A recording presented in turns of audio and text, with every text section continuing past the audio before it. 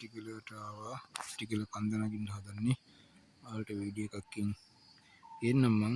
යාළුවනේ ගමන් මග අපි ආරම්භ කරා ගමන් මග. දැන් ඔයාලට මේ පේනවා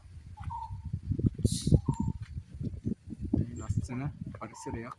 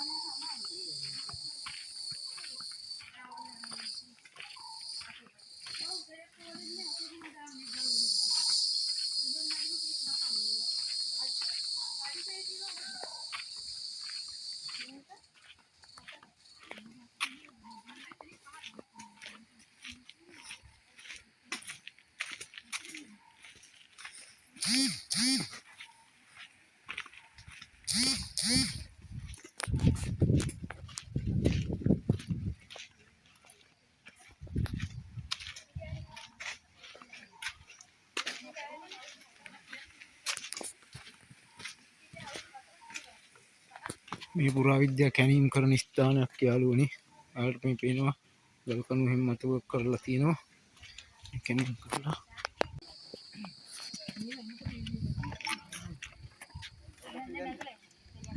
මේ යන්නේ. ලස්සනයි. ලස්සනයි කිව්වා.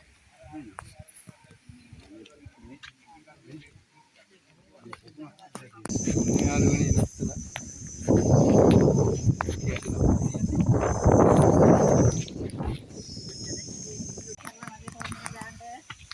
ඔන්න අපි ගමන් මග ලස්සන පරිසරයක් යාළුවනේ. ඔයාලට ආවොත් දැක ගන්න පුළුවන් මේ විදිහට පරිසරයේ සුන්දරත්වය විඳින්න බලන්නකො ලස්සන.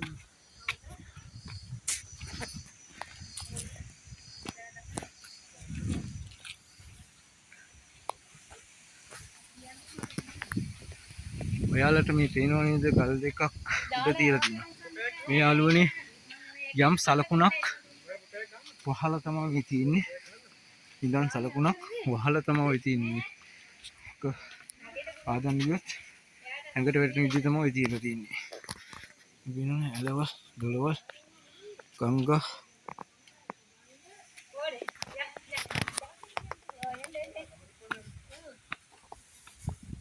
අති සුන්දර පරිසරයක් යාළුවනේ මේක. රිටිගල කියන්නේ අතිම සුන්දර පරිසරයක්. ඔයාලට ආවොත් එක ගන්න පුළුවන්. බලන්නකෝ. නිස්කලංකයි.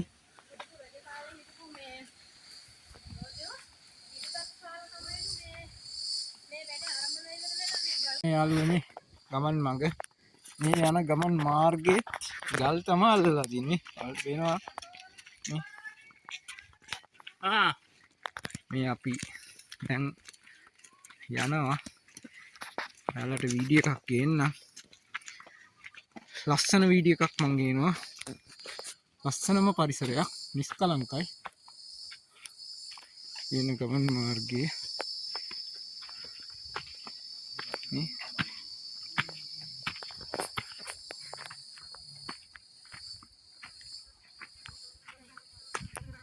හැබැයි යාළුවනේ මේ ස්ථාන ආරක්ෂා කරන්න ඕනේ අපි. කිසිම විටක මේ හානි වෙන වැඩක් කරන්න හොඳ නැහැ. මේ කැලි කසල දාන්න හොඳ නැහැ. පරිසර සංරක්ෂණ දෙපාර්තමේන්තුව වනජීවිත්ව මේවා අපේ දරු දැරියන්ට බලා ගන්න මේවා ආරක්ෂා කරලා දෙන්න ඕනේ. ඒක තමයි අපෙන් ඔයාලගෙන් ඉල්ලන්න තියෙන්නේ. ඒ වගේම මගේ channel එක subscribe කරන්න, share කරන්න, like කරන්න, comment කරන්න. නටපට ප්‍රොඩක්ෂන් කියන්නේ සියලුම දේවල් ගේනවා. සියලුම දේවල් සියලුම ස්ථාන වලට ගිහිල්ලා ඔයාලට ගේනවා.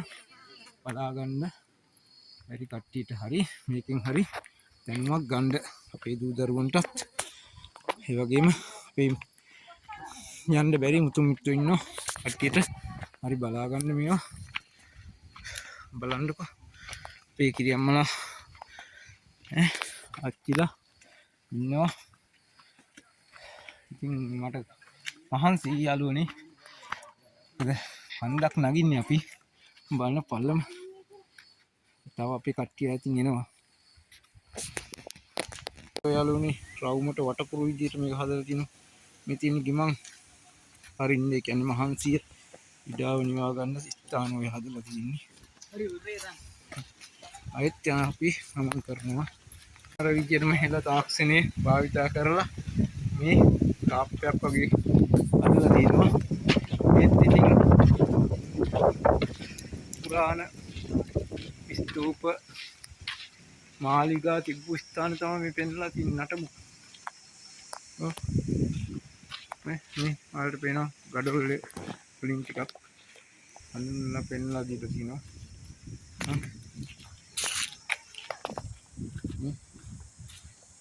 විහාරස්ථානයක් මොකක් කරේ කාලේ තිබිච්චි රජමාලිගාවක් තමයි ඔය. දැන් ওই විදිහට ඔයාලට දැක ගන්න තියෙනවා බලන්නකො. මෙතන මෙහාට යන්න දෙන්නේ නැහැ. ඒ වගේ තමයි මේ තියෙන්නේ මී අඹ. මේක මේට වැඩි ලොකු වෙන්නේ නැහැ. සාමාන්‍ය බෙරළු ගෙඩියකට වැඩි පොඩ්ඩක් ලොකුයි. මේ මී අඹ කියලා කියන්නේ මේකේ මේ රිටිගල කන්දේ පළතුරු ගස් වර්ග තියෙනවා. මම ඔයාලට පෙන්නන්න මේ මී අඹ කනවද කියන මමවත් දන්නේ නැහැ. ඔයාලට වීඩියෝ එකක් ගෙනා මේ අපි පොඩ්ඩක් සුද්ධ කරලා බලමු. මේ ඇටි. ඒකට මේ අඹ ගහක් තියෙනවා. ඉතින් දිනන්න නෑ යාළුවනේ මේ දස්වල. මේ අඹ ගහ මේකේ පළතුරු වර්ග තියෙනවා කියනවා. අපිට මෙතනින් මෙහාට යන්න දෙන්නේ නෑ යාළුවනේ. මොන දෙයක්ද කියන්න දන්නේ නෑ. රස්සිතේ වැඩි ආරස්ත රස්සිතේ කියලා ගහලා තියෙනවා යන්න දෙන්නේ නෑ. එතකොට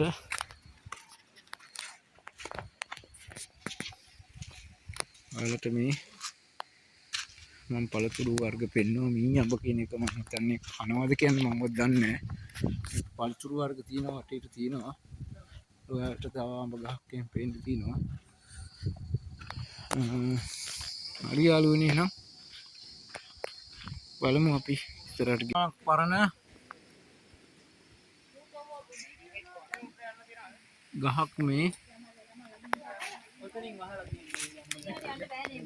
අවුරුදු 3000 ගණන් පරණ